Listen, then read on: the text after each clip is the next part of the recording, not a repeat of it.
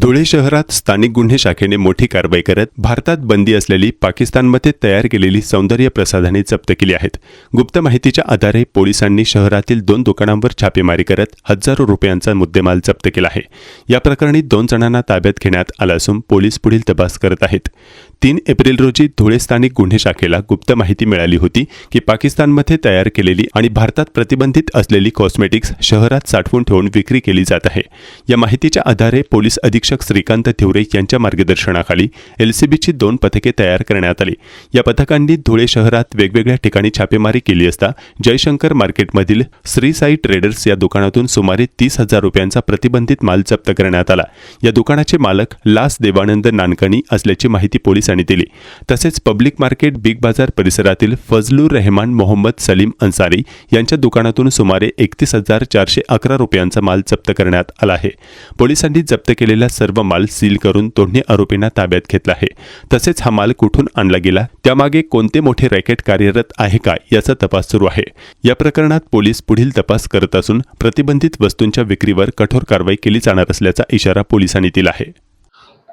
दिनांक 3 एप्रिल रोजी गोपनीय माहिती मिळालेली होती की पाकिस्तान निर्मित व भारतामध्ये प्रतिबंधित केलेले सौंदर्य प्रसाधनं यांची साठवणूक व विक्री होत आहे।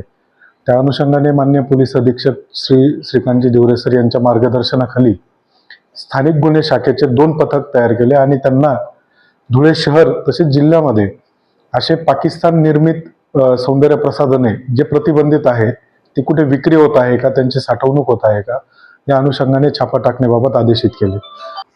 पथकांनी विविध ठिकाणी जाऊन छापा कारवाई केली असता धुळे शहरामध्ये 2 ठिकाणी आपल्याला भारतामध्ये प्रतिबंधित असलेले पाकिस्तान निर्मित सौंदर्य प्रसाधने मिळून आलेली आहेत।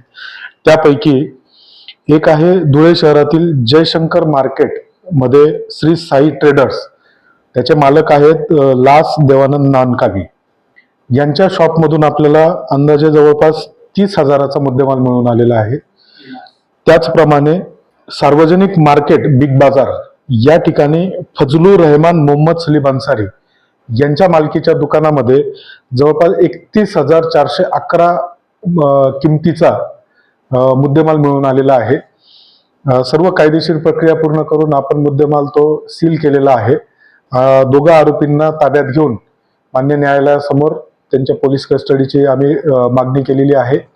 या प्रकरणामध्ये सदर दोन्ही दुकान चालकांनी हा मुद्देमाल कोणाच्या मार्फत विकत घेतलेला आहे, कुठून विकत घेतलेला आहे, याची कुठे साठवणूक केली जाते का, आणि याचा मूळ जे विक्री करणारा जे टोळी आहे तर ती आहे का, तर याचा तपास आम्ही करीत आहोत।